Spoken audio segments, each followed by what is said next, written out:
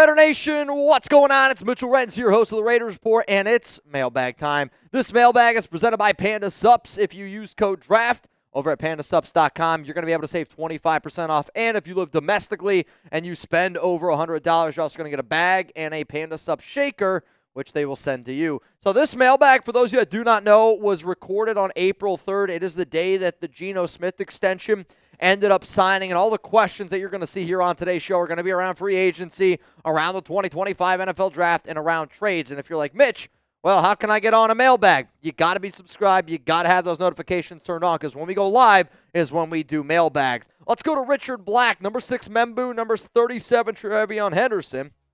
Since Gino has been extended, I would love this start, quite frankly. And I think this would be one of the better starts that the Raiders could do in the draft. And I know a lot of people want to go Genty, but to me, Membu is the best offensive tackle in this year's class, and Trevion Henderson catches the football better than almost any running back in this class, and he can pass protect. This would be a great addition and great showing of I'm investing in the quarterback that I just gave $75 million, essentially $66.5 million guaranteed to. Let's go to Raider Prime. Ashton at 6, Shador in the 2nd.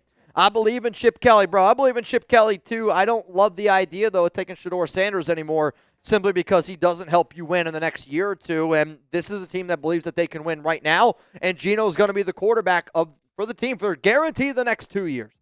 Probably even year 3 as well. Dr. K, where do we rank against the league in offense and defense-wise? I would say we're not top 16 in offense and right in that fringe 16 range on defense. We just still have so many missing pieces that we need to be able to accumulate.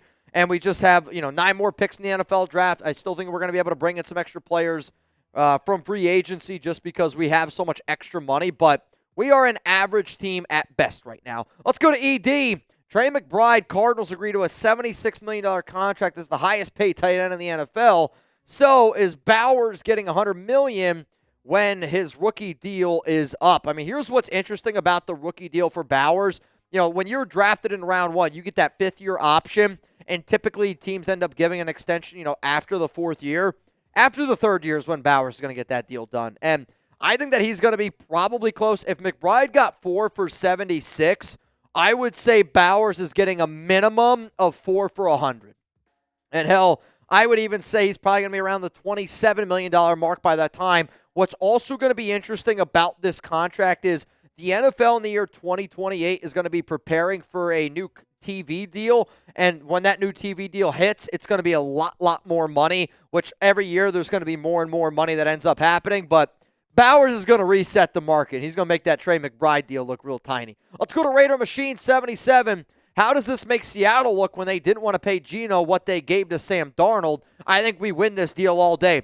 I'm actually happy, Machine, that you finally brought up this point, not you in particular, but like this point was brought up where, it was reported that Gino was looking for $45 to $40 million per year. And it was one of the reasons why he didn't want to stay with Seattle and he wanted to go to the Las Vegas Raiders. When you see the fact that Darnold got 3 years, $100.5 million, and when you look at the Gino Smith deal with the $31 million already on top of it, it's essentially 3 for 106. Is how you should look at it. Now, the bigger difference is the guarantees. Gino got $66.5 million guaranteed, where Darnold didn't get quite that. I forget what the number was exactly for Darnold. But, I mean, if you would have told me back on March 7th, when the Raiders traded for Gino Smith, this would be the deal that we got him at, I don't think I would have believed you, because that's not what was reported. And we got him at a discounted rate. We got a legit top 14 quarterback, that, listen to these numbers here. Over the past few seasons, he was number 2 quarterback in accuracy ranking. He was number 1 in 2023, 2022, and in 2021. Top 3 most accurate quarterbacks the last 4 years combined. Number 1 is Gino Smith. Number 2 is Joe Burrow. Number 3 is Kirk Cousins. Gino Smith can chuck the rock, and I can't wait to see what he does this year. Let's go to Patrick. What up, Patrick? Milton was finally traded. Who could we trade, do you think, before the NFL draft? You got to throw out a name like Michael Mayer. You probably got to throw out a name. I even think like Tyree Wilson might be an unpopular opinion. You know what name actually I'm going to say, though, which this might be rub some people the wrong way, and sometimes that's what's going to happen on mailbags. Dylan Parham. And I say that because John Spytek the other day was talking about the offensive line and was talking about certain players having certain spots. And he left out, he said battling for a center spot, which was JPJ, Jordan Meredith, and then Parham. He said Kappa's not going to battle for a starting spot, but also the very first move that they went out and they did was they signed Alex Kappa to a 2-year, $11 million deal. It's essentially 1 year prove-it deal at 5.5. True, you're not wrong there. I would say this, though. Dylan Parham, if we're going to get wild, and sometimes it happens, I would say Dylan Parham is my shocking trade candidate after some of the comments that John Spytek and after a lot of the moves that the Raiders have made. So you know what? This is going to be the pinned comment here on today's show. If the Raiders traded a player right now, let me know down below who you think it could be. Let's go to Christian J. Rivera, 4th or maybe a 5th round pick in Michael Mayer for Olave. It's not going to be enough. I would say minimum, you got to throw a 3rd round pick, Michael Mayer, and then maybe the Saints listen for Chris Olave. Let's go to Raider Tone. EJ Speed is a Texan. Sign either Kaiser White or Isaiah Simmons and draft Cody Simon in the 4th round. The Raiders did have a visit with Simon, so I know that he's one of the linebackers that's on their radar. I will also say that I don't know if they're going to go out and sign any linebackers. I could see this team going out and trying to draft an outside linebacker, maybe a Jalen Walker. But then they're also looking at some other interior linebackers as well, maybe even like a Carson Swessinger from UCLA. Josh Melton, what up, dude? What do you think about Ricky White from UNLV? What do you think we could get him and draft him? I would say he probably goes in the 7th, maybe as a UDFA, good special teams player. And I'll always say this. When I'm looking at the back half of the draft, right, and if you're the Raiders, you're looking at picks 213, 215, 222. If he gets drafted, that's probably the realm of possibilities that you're going to go with there. I always want a guy that wants to be a good special teams player. He had 4 block punts, can offer you some special teams ability. But then also, I want a guy that wants to be a Raider. And he literally said, I want to stay in Las Vegas. I would love to play for the Raiders. That's a player that I go, you know what? I'll take him in the 7th round. That sounds like a good investment to me. We got more questions coming up here in just a moment, but a huge shout out to today's sponsor, Panda Subs. Use code DRAFT. You're going to be able to save 25% off at pandasubs.com. Whether you're looking for protein, whether you want some BCAAs, a little bit of creatine in your life. If you're having trouble sleeping, take a scoop of the Sleepy. I promise you're going to sleep really damn well. If you're like me, and I was getting ready for Raiders Live today, I was getting ready to go, talk about our normal thing, and then breaking news, Gino Smith. It woke me up like that. And sometimes I need a little bit of an adrenaline rush. Well, guess what? If you need to be woken up in a snap of a finger, you take a scoop of the Super Nootropic, and I promise you this, it's going to wake you up, man. Use code DRAFT, 25% off at pandasubs.com. And a reminder, if you live in the United States and if you spend over $100, you're going to get a bag and a shaker on the house. The owner of Panda, diehard Raiders fan. And I love being able to have sponsors related to diehard Raiders fans because I'm somebody that will always support local. And when I support local, it's kind of how I think about Panda Subs, local Raider fan that's been a part of the show for many, many years. Let's go to my man, Jersey Boy Greaser. Hot take, Steelers take Dart in round 1. I mean, they could, right? I think if they end up going this route, it could kind of remind them of another quarterback that they took right around pick number 20, like a Kenny Pickett. Very different style of QBs, but I don't really think either guy is going to be able to get it done in the NFL. Let's go to Gabriel Sanchez. If fans don't think this organization has been one of the smartest this offseason, then you don't know ball. I'm trying to stay away from the you don't know ball comments because I understand that they rub some people the wrong way, which is never what I try to do. But because I do this show and I always give my honest opinion, I do think people don't recognize the plan that the Raiders have, and the plan that the Raiders have is the plan that has worked for Pete Carroll and John Spytek. This is a team that's not overspending in free agency because they are confident in their ability to draft. You see teams all the time that aren't confident in their ability to draft overspend in free agency all the time. Teams that are confident in their ability to draft, they don't. And this team is confident in their ability to draft. Let's go to my man, Navman. If we have a top offensive line and defensive line, does running back and corner really matter as much? I'm just saying. Every position matters. And if I was the Raiders, I wouldn't worry about so much like offensive line, defensive line, running back, cornerback. If I was the Raiders, I would worry about bringing in great football players. And I think sometimes teams overthink that, where Brock Bowers was a great pick for the Raiders because he's just a great football player, and you can use him in just so many different ways. And if you're Las Vegas, you just got to add great football players because you have so many holes on this roster. If you had just one hole, giggity, you would be able to fill that.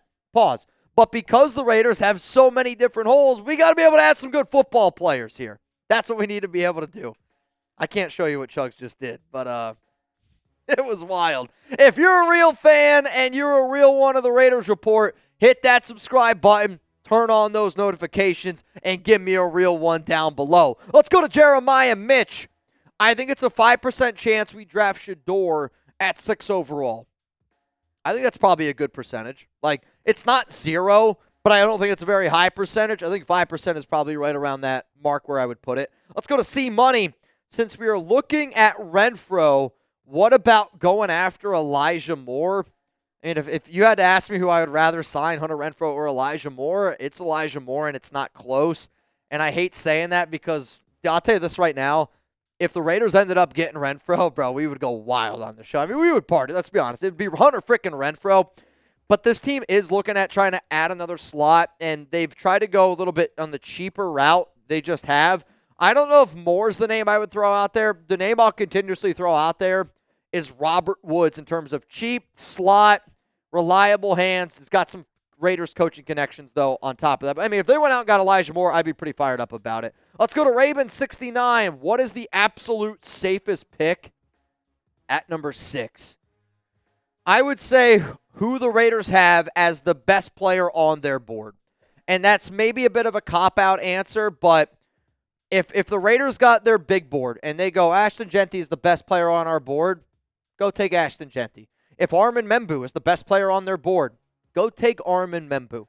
If you think that Mason Graham is the best player on the board, go take Mason Graham. I would say this, and I'm being real, the 3 safest prospects that I think the Raiders could take at number 6 are the 3 guys that I just mentioned. Though, Jalen Walker's got to be considered here, and it's just because of some stuff that I've heard. I'll leave it like that. Jalen Walker's got to be a name that's going to be considered here. The only name that I'm probably out on that I wasn't out on before is Teteroa McMillan. Not that I wouldn't draft him in round 1. I just don't want him at 6 anymore. Jacob, since Dallas traded for Milton, do you think that means no more Shedeur to the Cowboys? I mean, kind of. Yeah, I don't know if Shedeur was ever going to be the pick. It was a popular thing to talk about because Jerry Jones is crazy enough to be able to do it. But now they have kind of a developmental prospect underneath, Dak for a little bit. The team that I think honestly might take Shedeur in round 1, there's been a lot of hype around New Orleans. I'm telling you, there's been a lot of hype around New Orleans taking Shedeur. Hell, I heard somebody call him Shedorlins the other day. Just saying. Mr. Bakes a lot. I feel like you're forgetting about the role Tommy Eichenberg will play next to or over Landon and Devin. I think the problem with what you're forgetting is that this regime did not draft Tommy Eichenberg. And I think Eichenberg is a good linebacking prospect. But if you're this regime, and this is what happens all the time, if it's a player that you didn't draft, you're not as committed to him because it's, if he fails, organizations will go, well, that was, not your pick. It's not that big of a deal. I think unfortunately for Tommy Eichenberg and unfortunately for a lot of those players that were drafted last year, they're not going to be the apple of the eye. They're going to be almost swept away a little bit. But Eichenberg's not better than a Landon Roberts right now. I probably actually might have more confidence in Eichenberg than Devin White as an every down linebacker. But Eichenberg's got to fight for it, dude. And I feel bad for a lot of those guys. I really do. But that's the problem when you change coaches every single year. You're using all these different players and all these different schemes, and you're asking them to do one thing. We need to be able to lock in. This is the scheme that we're going to just continuously run. Now, he is helped out that Patrick Graham has stayed. That is a fact. Yoda, thoughts on the new kickoff 35-yard line touchback rule? Shift toward having more depth, less special teams focused players. I talked about this a little bit in depth. What day was that? Maybe Wednesday or Tuesday. It was on Tuesday's show. I kind of break down all the new NFL rules and how it impacts the Raiders. I said personally that I think it helps out offense, right? If you're a team, but also it helps out a team like the Raiders where Daniel Carlson is one of the more accurate kickers in the league. I break this down in an entire 20-minute segment. So I would say on the video from Tuesday, go check that one out. But it does help out having more depth. But that's not the 35-yard line rule doesn't just help for depth. It also helps for teams later on that are bitten by the injury bug. But all the new NFL rules that happened on Tuesday, I literally do an entire show around it on Tuesday. So please go check it out. If I didn't get to your question, you can either yell at Chugs or you can hit me up on Instagram or Twitter. I'm at Mitchell Renz 365. I will always do my best to be able to check my DMs. I do have a longer weekend this weekend, so I will have some extra time, though I'm going to be linking up with some family members. And if you ever want to go heckle Chugs, you can also follow him on Twitter at Jeremy Chugs, which in all honesty, everybody from this show should do, because if you end up winning a prize and you don't have Venmo, the way that you're going to win that prize is by hitting up Chugs on Twitter at Jeremy Chugs.